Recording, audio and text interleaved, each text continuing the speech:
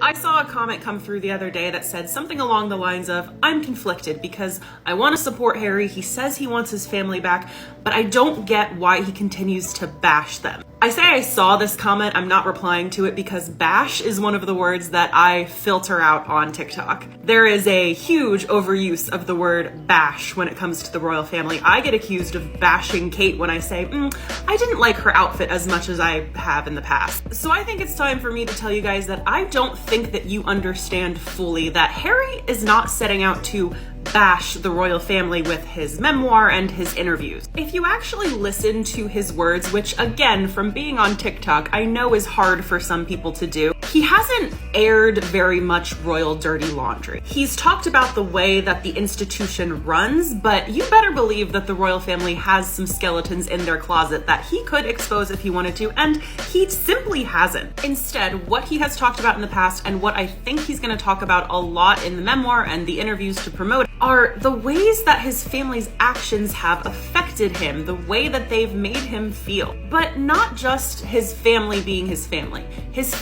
and the way that it interacts with both the institution, the family business of being the royal family, and the family in relation to the British press and the media. If he has bashed anyone, it is the British tabloid press. Harry has said in these interviews, from what we've seen, that he wants his family back. He wants his father back, his brother back. And he talks about how he's tried to deal with this in the past in private, but it's not working. And if you ask me, the reason that it hasn't worked in the past is because Harry has been able to compartmentalize his family, the family, from the family business, the institution. And it sounds to me like the rest of the family isn't able to do that. The royal family as an institution is the family in their mind. That's why when he talks about wanting to go talk to his grandmother, he was blocked by people who worked for the institution. They were treating his family problems as an institutional issue. In a similar way, it sounds like Prince William, his brother, has time and again prioritized the institution rather than the family. While Harry's grievances and his issues stem from the way that the institution affects the family. As for why this matters so much that he would take these grievances public, I think it's kind of clear. He sees that these generational patterns of inflicting trauma on people who are not at the nucleus of the institution are going to just continue. And there are other spares in the family who are going to have to face the same things he's faced if